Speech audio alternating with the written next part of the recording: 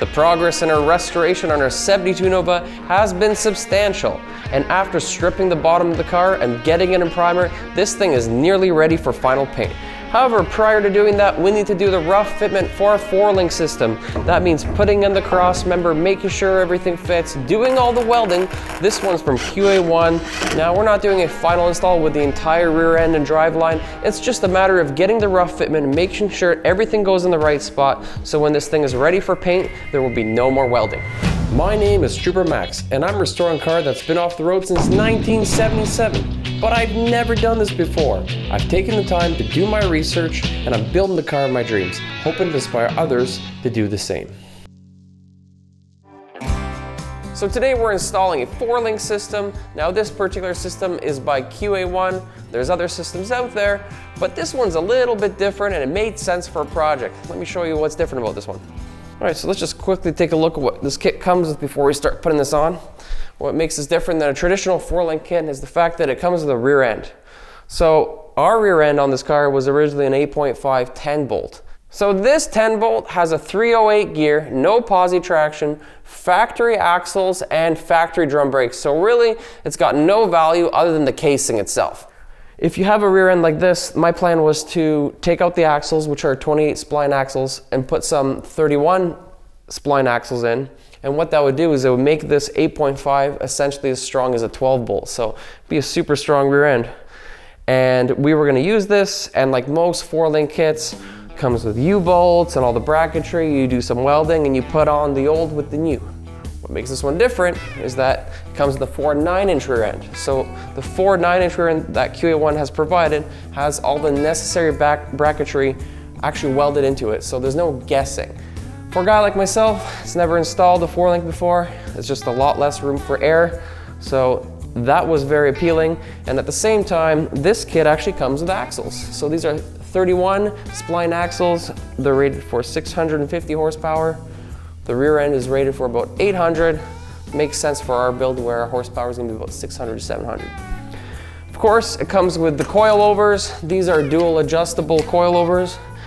And finally, the most difficult part, I think the most challenging part, is this cross member over here. Now this cross member has to be welded, which is why it's not powder coated. So we're gonna be putting that on. That's pretty much the most challenging part of this installation, I would say, because it requires a little bit of skill, but at least we don't have to weld anywhere else. So let's just get started and see how difficult it is for a guy like myself who's never done this before. Now, I don't have all the materials to actually finish this completely from start to finish, but the idea is to get it on, to do all my welding, make sure everything fits before any painting happens. Now, just a word of warning, I'm doing this installation based on my own interpretation of the instructions, so I may be doing things a little bit differently than some other people will, or in the instructions, but I'm just doing it based on the issues I run into and the solutions I come up with.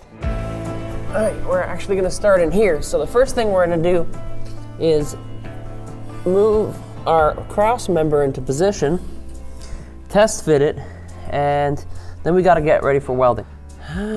Something like that. That's pretty tight. Now it says on the instructions to have a 1/4 inch above the bottom of the flange. So we're good on this side. And this side, not so much. There we go. Oh, took it out that side. It's a bit of a challenge, actually. All right, got it clamped here. That's not the final resting place. I just wanted to get it in. I can't get it a 1/4 inch above the frame rail. There's no way. It would appear like we have run into problems. So in typical Max fashion, we have some weird issue. It's not very common. This thing, even completely against the metal, can't go any more in. It's flush, that one's lower. It has to be a 1/4 inch in. So that means I have to figure a way to force this whole thing in there. We're gonna have to get creative in order to get this in. Okay. Oh, would you look at that? This part here appears to be a bit dented. Got hit over here, and this part's a bit lower. And at the same time, this section here looks like it could move a little bit if it needed to. All right, I think the obvious solution is to use the old gentle persuader to try to persuade that bracket to go in. Now, before I do anything at all, I just want to point out that I don't have 4 jack stands in this car. I have 8. I got 2 in the back here, 2 in the middle over there, 2 in the middle frame rails, and 2 at the end. I know that seems like a crazy amount of jack stands, but I just don't want to take any chances. I'm going to be banging under there. I do not want this thing falling and killing me. It's going to take a hell of a lot more force than that. All right, I'm going to have to channel my inner Mark McGuire over here.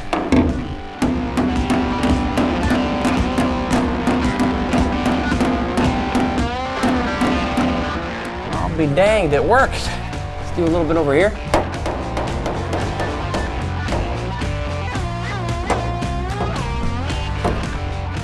It's definitely better. It's not enough.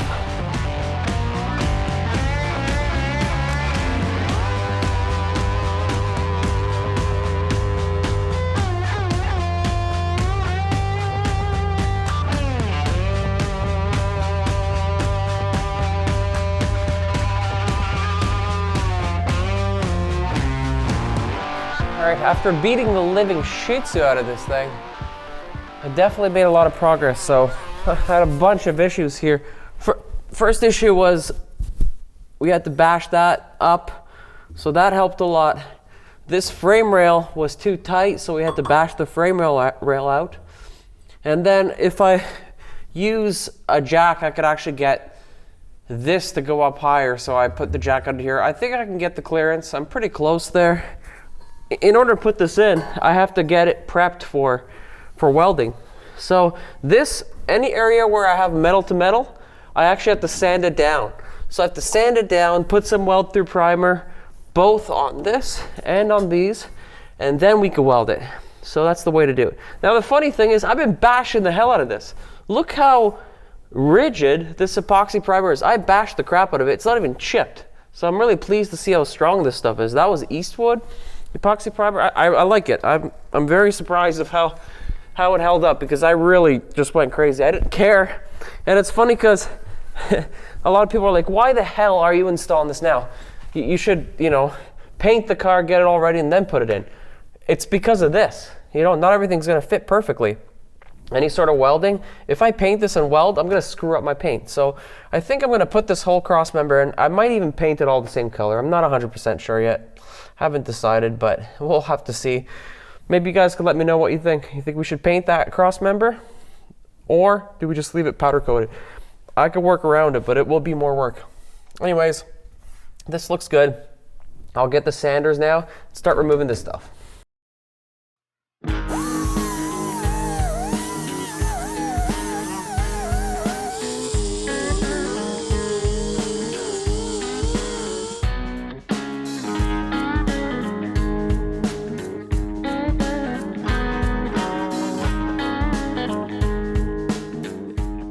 For the hard to reach areas, gonna use my secret weapon, drill, extension, brush.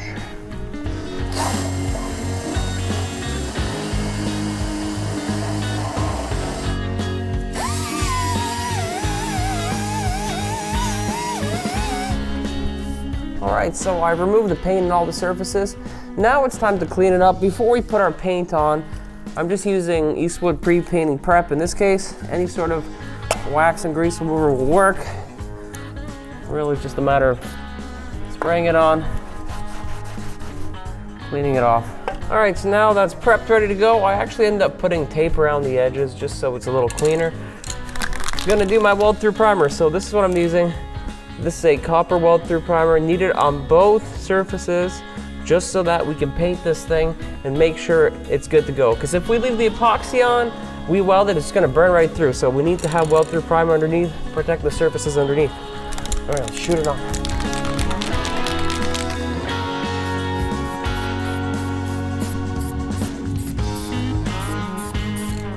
There we go, let it dry, do another coat.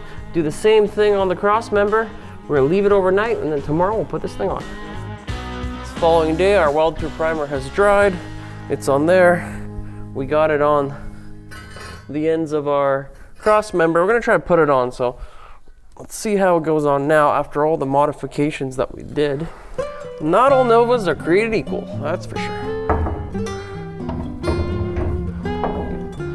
Okay, see, look how easily the bottom fits in now. It was so tight before, I had to bash it a little bit here on the frame rails, but now they go in nice and easily. That's awesome. The only issue I see is there's a bit of a gap between here and here.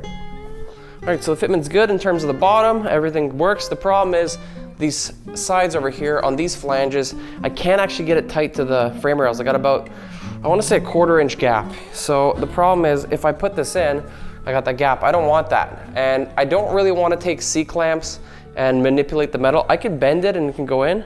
I don't really want to do that. So what I think I'm going to do is, it's kind of like framing doors. I'm going to add a shim.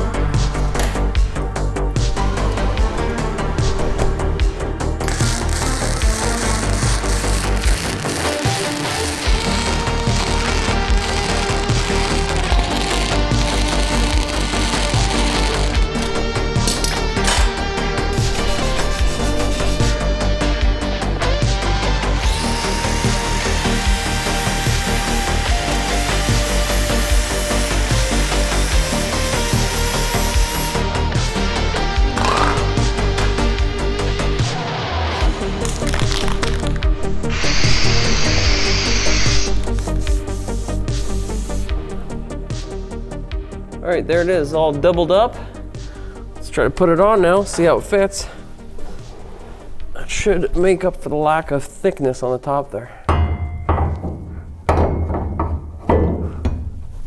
Oh, I'm liking that much better. Oh, that is nice. Oh, that's great. It's nice and snug now. This thing was falling out if I didn't have this in here, so this is good.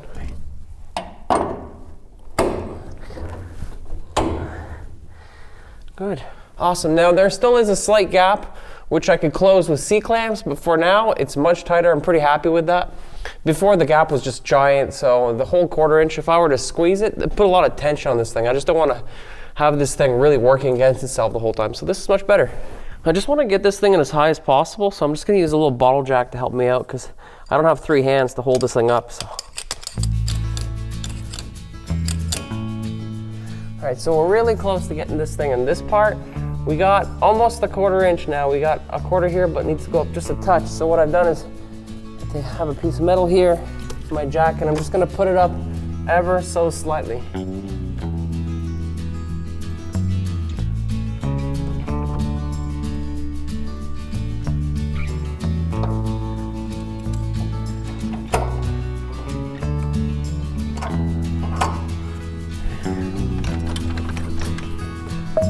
Same thing on the other side. Whoa.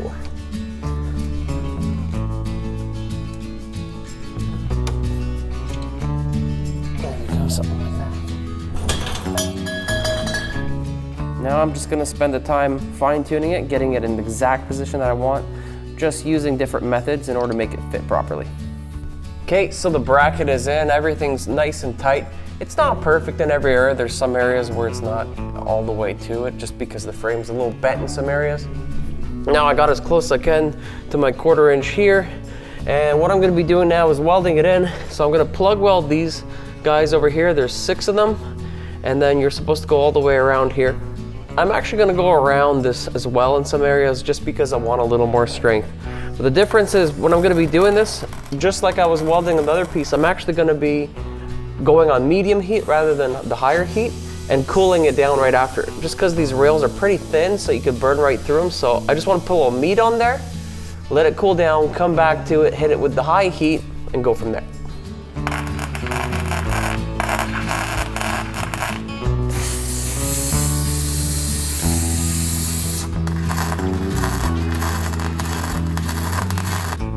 After a day of modifications and fitment, followed by another day of welding, this thing is finally ready to go. And I gotta say, overall, I'm pretty happy. If I look at it, you know, the welds aren't the most beautiful thing in the world, but they're pretty strong. Put a lot of time and effort into this thing. I think it's gonna be really rock solid. So hopefully it's in the perfect spot it's gotta be in. You know, there's not much room for error in terms of where this thing goes. Really, the only thing was getting these parts in over here, just because I had a lot issue here, but everything kind of worked out properly. And as you can see, this is why I didn't want to paint it. So now it's ready to go. Before we get to the painting stage, what I want to do is actually assemble everything, make sure it all works, because if there's any big issues, I got to know right now. So that's what we're going to do. So got everything on. Now, in terms of the welds, I just broke them down with a grinder or one of these. This is an air belt sander. Air belt sander works really well just for getting those tough to reach areas. All right, so now it's time to assemble this thing. We're gonna move our jack stands out of the way here, and we're just gonna get in this area and start putting it together. All right, so first things first, in order to get started, I gotta remove the leaf spring hangers, which we did in a previous episode. They're right over here. So they were a pain in the butt to remove, but they're out now. We're gonna be putting new ones on. But even before then, we had to put our frame connectors on. So last episode, we were putting the frame connectors on, getting everything ready to go, because this is just bolts right on, as you can see. It's gonna be obviously the other way around, but 3 holes there. But even before then, we have to assemble the lower trailing arm, put it on, and then we can put it on. So let's do that.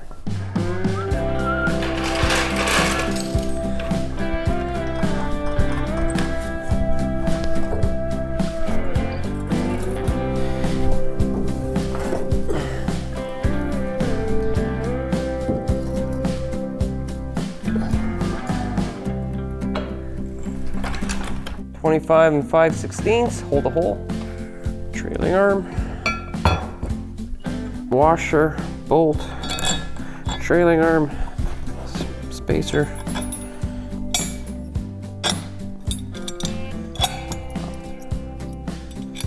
washer, nut, right,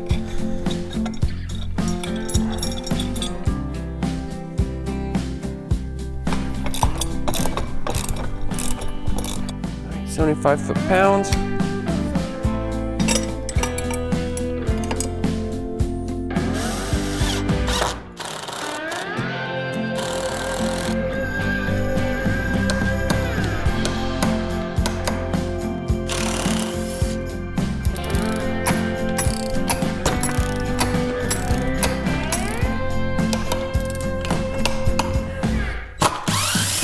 Put the hanger on, attached to the trailing arm.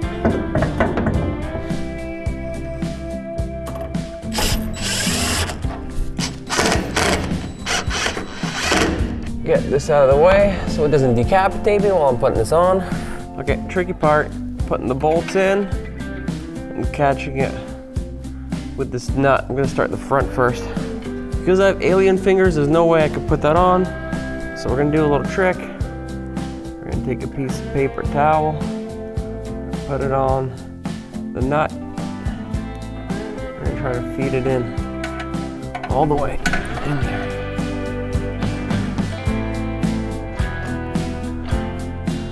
And I already got it. Decided to switch to a wrench. Impact is too aggressive. I'm loving the paper towel method. I wish I'd known this earlier. All those years of dropping bolts for no reason.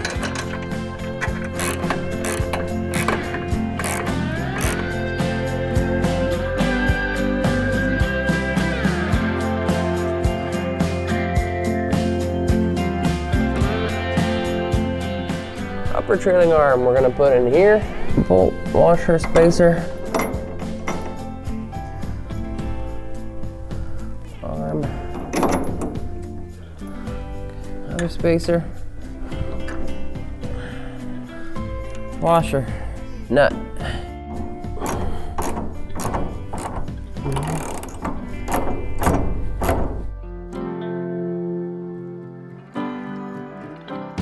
All right, so now we can start getting our 9-inch ready to go. Now, we're not building it in terms of, we're not putting the gear in, we're not putting in the axles, we're not putting that stuff on now, because we're just fitting all this stuff so that we can make sure it fits, and then we can take it all off and paint the car. Once the car is all painted, then we'll put it back together and we'll put the axle and build it, but that'll be later on. For now, We just want to get this unit ready to actually go inside. Now, another reason why I chose this one versus another company is because if you look over here, other than the fact that everything's welded on, you have all these different adjustment holes here. So this kit actually gives you the ability to go 2 inches above stock. Now, I know most people are lowering their cars, so they don't care about going higher. However, if you're building something like a 70s throwback, like we are, we're actually trying to get the maximum height in the back, so for us it works. Or, you know, if you just want to go stock, you can do stock. Some of the other kits don't let you do that. They either go stock or just below stock. I know I was looking at Ride Tech as another one, and they just didn't have the ability to go higher, so for our build it just didn't work. So that's why this whole unit is so good for us, because it just makes sense for our build.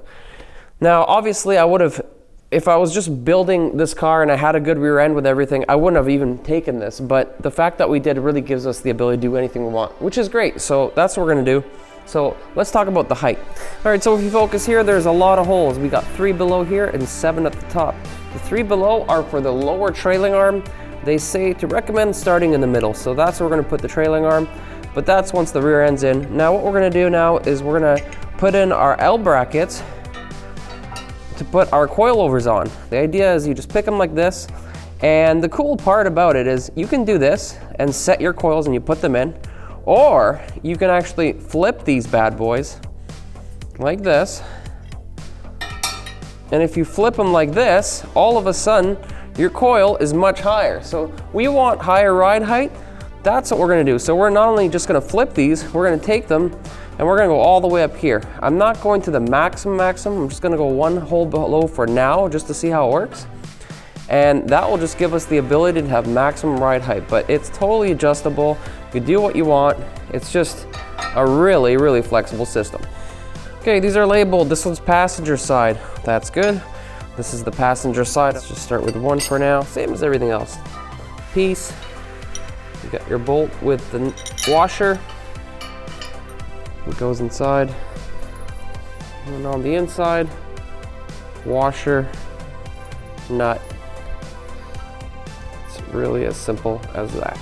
All right, she's all bolted up. It's time to put this sucker on. So how are we gonna do that by ourselves? Well, I got a little idea.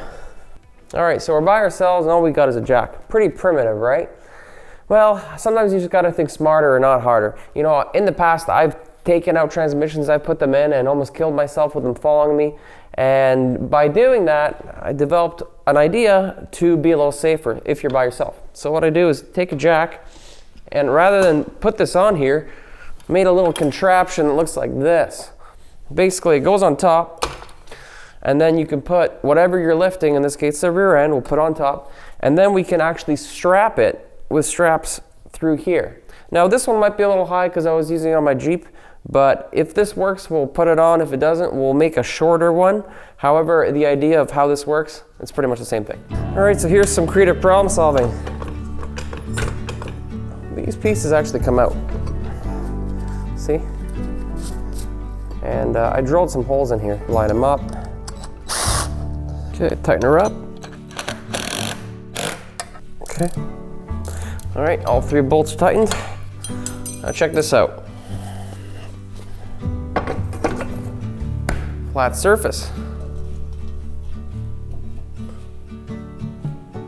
Without anybody holding it, it's already on flush. Now, of course, it'd be a lot harder if the gear was in and everything, but we're just putting in like this. The system will still work. Even if it's somewhat unbalanced, you might just have to hold it while you're strapping it in, but this is just a safety idea. So now I'm just gonna go around the top, feed the straps underneath, strap it down, we can start putting this thing in. Okay, check it out, it's on the stand, nice and secure.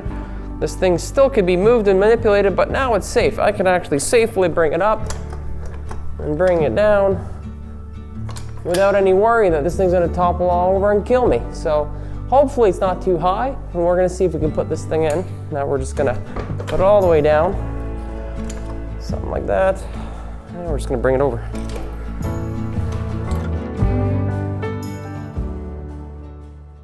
All right, math tells me this should fit. It's gonna be real tight, but it should fit. Na-na-na.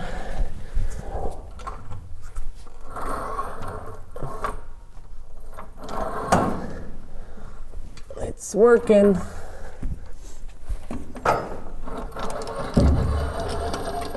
Okay. You can always remove jack stands, but I like to keep as many in as we can here. So at this point, we would just start connecting our lower trailing arms, and that's cool. But now here's my problem. The jack I have, that piece is a little too high, so I can't get it as low as I want for that really high ride height, unfortunately. Now the thing is, we're not putting this on fully. We're not even setting the proper height today. We're just making sure that everything works right now. Now when we get our wheels and tires and brakes and whatnot, we're gonna do a whole episode on installing the rear end. Then we can set our proper ride height. But for now, we're just gonna move these brackets, mock it up, just to see what it looks like if it was all connected, even if it's not the ride height that I wanted. The whole idea with this is to get the whole cross member in. Because the car is not painted, we're doing this in stages. We want to get everything ready to go, so when we do have everything we need, we want to put it in. It's going to be much easier. But it's also good to get understanding how everything goes together and make sure everything works. Anyways, let's continue. For now, we're going to put our lower trailing arms in for now. All right, for the lower trailing arm, it comes with these pieces, and they go inside your lower trailing arm here. And then that will fit right inside. At the same time, it's not an exact fit with this bracket that we welded here, so I really just want to make sure that if something is really off, I'll know now, because all the lengths of the trailing arms, upper and lower, have a specific length. So you have to set it to that length, so I'll know if something's out by, you know, a quarter of an inch or an inch. I know something went terribly wrong with something like this. I don't predict that, but I always like to double check, because you can't go back. Once this thing's painted, I don't want to touch it again. So I'm just gonna keep putting stuff on for now. And this is the cool thing, look at this jack. I can move this around one person. You know, I'm not having any issues, and I can put this on myself. It's just really easy to work this way. I think that trick works pretty well. And at the same time, when I was moving these brackets up and down, I realized just how much play you have in terms of height. So you really have a huge, wide variation of heights. You know, you can slam your car down or you can go higher. It's pretty cool. So it's a pretty flexible kit. It's awesome, kind of gives it, you know, gives you the ability to have the personality in your vehicle that you're looking for. You know, everybody's got something different, and you can have exactly what you want. You know, not everyone's got to be the same. I think that's the coolest part about the automotive world, right? Dare to be different. And every single bolt has its own torque spec, so it's really important to check that with the torque wrench after all. Another important thing to know, whether a factory axle is going in or this one, it doesn't really matter. You really want to have it exactly in the middle of the car. So what's happening is, I took a laser level, I put it down on the floor and just hitting the top, and basically I'm just measuring just to see exactly the distance, and I want it the same on both sides. So now that I got this on, I got that in the position I want, time to put these upper trailing arms in. So let's hope they're in the right spot. And one thing that it will do is it will roll this a bit, because it's not exactly where it should be. It's angled this way a little too much. And it's just the same thing as always. You got your bolt, you got your washer, spacers. Really the same thing over and over again. Let's just put her in.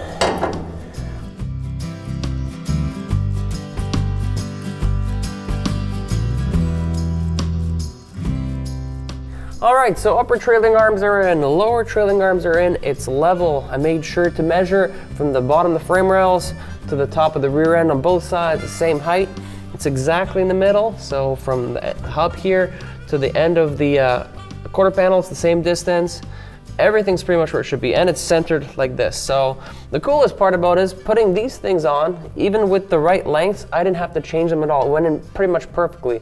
So what that means is that this bracket, it went in square. So that means we did a good job. That was the thing I needed to know today. That was the most important thing, that this bracket went in properly. I didn't have to torque or change the distances of any of the trailing arms to make it work. So that's success. So I know that we can move on. But before we do that, I think we should take those coilovers, throw them on just to see what it looks like. Now just a word of warning for setting up ride height and getting this thing in the perfect position. It's actually recommended to not have the shock assembled, to just have the strut itself, put everything in, make sure it's good, and then assemble it. But we're just gonna assemble it just to see what it looks like, and I'll show you guys how it goes together. So we got our coilover, and essentially, first thing you gotta do is put everything to the minimum setting, so counterclockwise. First thing we're gonna do is take our locking collar, shoulder up. So this part here, There it is. Spin her on. So before we continue, it's important to know that these are aluminum construction, and these have these spring adjustments we're gonna put on, and that changes your ride height. Now the important thing about that is we can't just put it on, because you'll have something known as galling. Basically, under pressure, if we try to adjust these things, we can actually break the threads, and we don't wanna do that. Before we put our next part on, we gotta take some anti-seize. This one's a Permatex anti-seize. So just lather it on. Not the whole thing, obviously. It's not going to be going that high, but for where all the adjustments are going to be made, it just makes sense. Just put a liberal amount on. This will prevent us from doing any damage to the shock when we're doing adjustments. Now I want to grab our spring seat collar, shoulder up, so it goes up like this, and same thing, thread it on.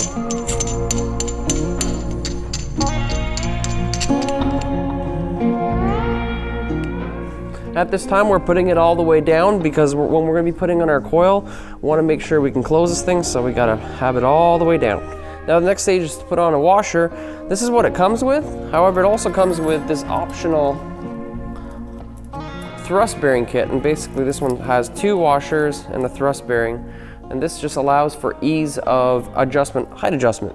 So anytime they recommend using something that comes with the kit, I'm going to use it. So basically, if this was just going on, we would take our Permatex and we would just put it on the top here. So you're actually supposed to put it on top of the collar, which is what we're going to do. Just lather that on.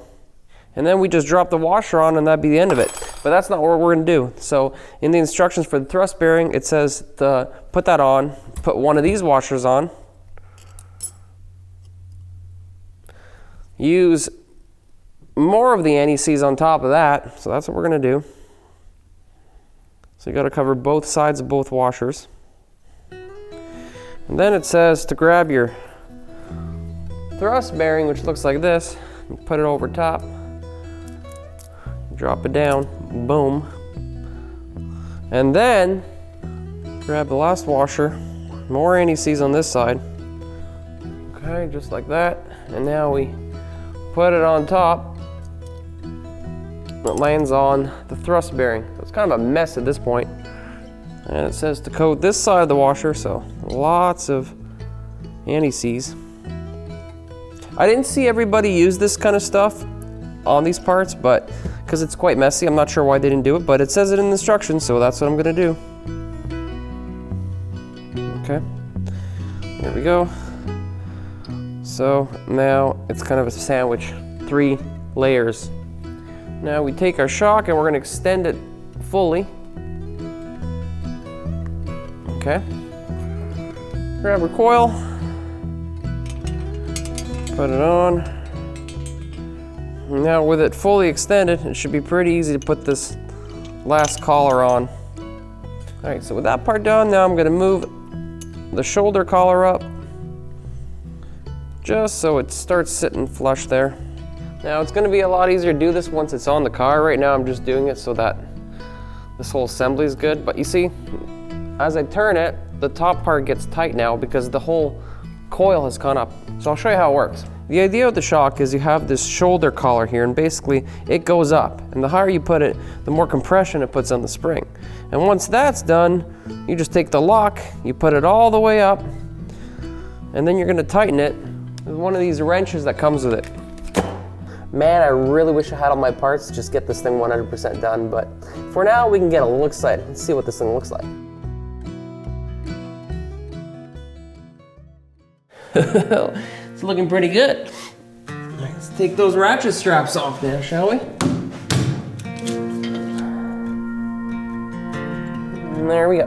Now the shock is not sagging because it's at maximum extension.